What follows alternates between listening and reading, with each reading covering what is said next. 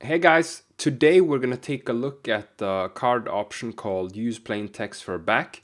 Before we enable it, let's look at our Notion page here. Fairly small page. We have 3 toggles here and we're using close deletions, and inside of these toggles we have bookmarks. So let's go ahead and export this, get that. If you're new to the YouTube channel, by the way, make sure to like and subscribe. And the reason why we exported this file is that's what we're gonna upload into Anki.net.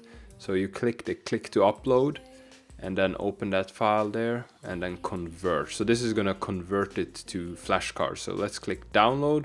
We get an APKG file, we open that, and then we have imported our deck, right?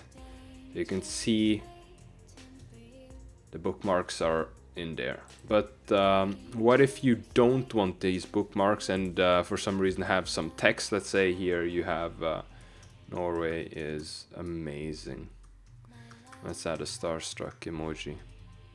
So you want this, and actually let's add one for Denmark is pretty cool too. And let's add a cool emoji here. And let's also add another. Sweden is fantastic. Let's add some magic. I'm just making stuff up, guys, while we're writing here. There's no particular reasons why. So we'll export that, and then we'll head on over here to the close this up, and then head on to the settings page. And here we're gonna enable this use plain text for back. This option will remove formatting and get the text content only. So you can probably guess what's gonna happen.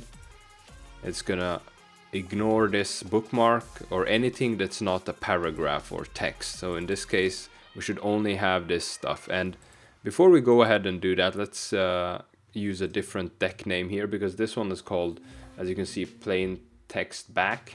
Let's call this one actually plain text back, because the other one still had bookmarks. Fix my typos, guys, and go back there. And unfortunately this is still a bug. You still have to select the file again. I'll fix that, I promise, guys. I'll fix that.